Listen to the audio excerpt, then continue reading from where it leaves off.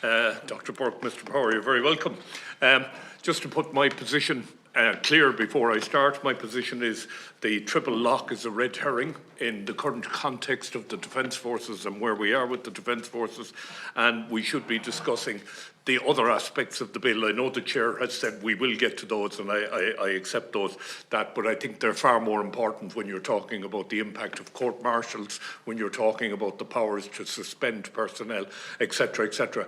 We don't have the wherewithal to send people on missions even if we got rid of the triple lock in the morning, so that's why I say it's a red herring. Furthermore, the language being used, and I'm very happy that Dr. Burke, you adverted to some of the language that's being used with respect to academics in this area at the moment. It is seriously, seriously undermining the actual project we're trying to deal with here. I believe in a neutral Ireland, however, and I ask you both this, since Ireland became a republic, albeit we weren't around in 1907 when the Hague Convention was founded, at no stage have we ever registered in The Hague our neutrality. At the start of the Second World War, when there still was a government in the Netherlands, we did not register as a neutral state. So I do not believe we are neutral. I would like to see the state an honourable neutral state capable of defending its own situation. So I have three questions for both witnesses today. Firstly, is Ireland a neutral country in the context of customary international law? And if you believe that it is, what are the tangible elements leading to any assertion of Ireland being a neutral country, other than the government stating it is, without any such assertion being contested with empirical evidence? Secondly, if you believe that Ireland is a neutral state, why is it that the currently Austria and Switzerland, and up until recently Finland and Sweden, pursued their neutrality in a polar opposite manner to Ireland's alleged neutrality? And thirdly, Article 2 of the Hague Convention states, and I quote, "Belligerents are forbidden to move troops or convoys of either ammunition or war supplies across the territory of a neutral power. Ireland's borders are on land, at sea and in the air." And indeed, we have legislation currently before the House that seeks to amend the Air Navigation Act to prevent the transit of weapons through Irish airspace. We don't know what's up there, and even if we did, we can't get up to see it. And is this, in your view, absolute tokenism for the sake of a headline? If we can't do anything about it, why are we wasting our time even thinking about it? I'll leave it at that for the moment. I will have further questions later, Chair. Do you want to go? Yeah. Thank you very much, Senator. Just so you know, I worked in the UK until 2022, and we suffered a lot of general slander about my profession there, about experts and academics, and I just would not like to see that culture being recreated in my own country. So, in the same way as I really admire all of you for going into politics, it's extremely difficult in our contemporary time. I also think we need to be very careful about language and assertions when it comes to my profession, because once you lose that confidence, it's gone, and it's very hard to get it back for our universities. So that's why I urge caution. I think with regards to neutrality, look, I'll put my cards on the table here. I think Ireland is an aligned country, which means that we have aligned so we do not have treaty obligations. That means that we will automatically go to war for our partners, our allies, right? So we're not a member of NATO. There's no prospect of us being a member of NATO, but we are aligned to the European Union. And if you talk to people in Switzerland about why they could not join the European Union, it is because they do not believe, they have a view that their neutrality is still in play, just about. They believe that joining the United Nations in 2002 seriously dented their neutrality in terms of the Hague understanding of neutrality, of complete non-alignment. So I think that's my view on it. That obviously not the government's view on it, but that's my view. And so that doesn't mean that we're going to join NATO anytime soon, but it means that we do have European obligations. We are involved in EU missions in Ukraine, for example. We are stating very clearly that we are politically not neutral within an EU context. Look, defence, military strategy flows from policy. So if you're saying, here's my policy, but my strategy is completely different, that's incoherent to me. And I don't think a lot of our other EU member states, particularly in Central European, Eastern Europe, understand that. It's not clear to them. I would agree in terms of, I think we need an absolute focus on our defence capabilities, and I really welcome the committee's attention on that.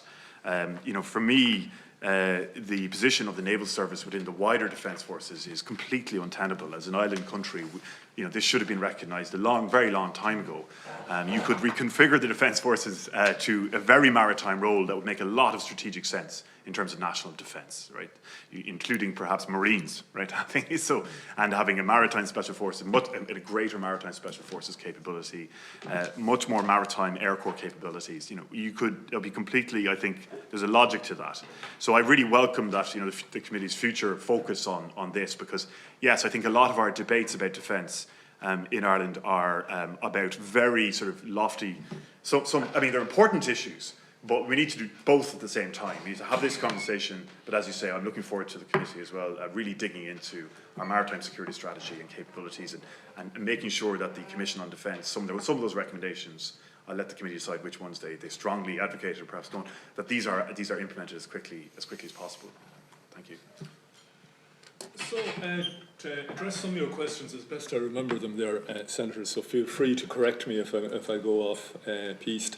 No, we don't, we haven't signed up to the Hague Conventions, but then neither have a lot of countries. I think it's important, perhaps, that we understand maybe one of the things that gives rise to the problems in some of the discussions that we have in these matters is that people have very different interpretations and definitions of what is neutrality.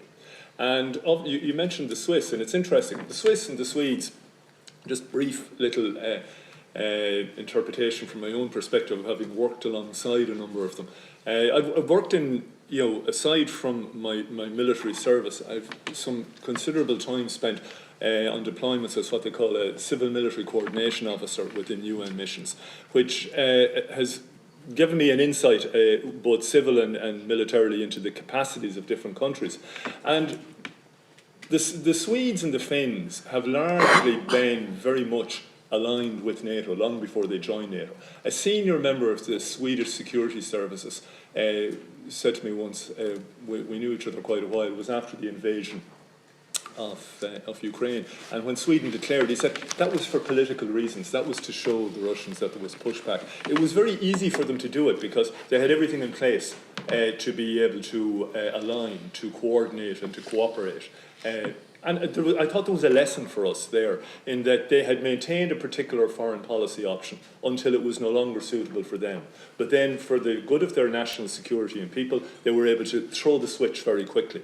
I think that's something that we need to be considering. Just because you prepare does not mean that you have to go down that route. We prepare all kinds of fire defences, not in the desire to see a fire. The other thing I would say, and I think you'll find this maybe interesting, some of you may remember. We're over time now. Sorry, but I think it's an important point. During the forums on international security, Professor Lauren Kirsch of Basel University's Swiss Peace Institute was asked a question and he about Swiss neutrality versus Irish one, and he said neutrality is not a religion. It is a foreign and policy concept. It has to be handled in the interest of a state. It has to be adapted to certain contexts and situations.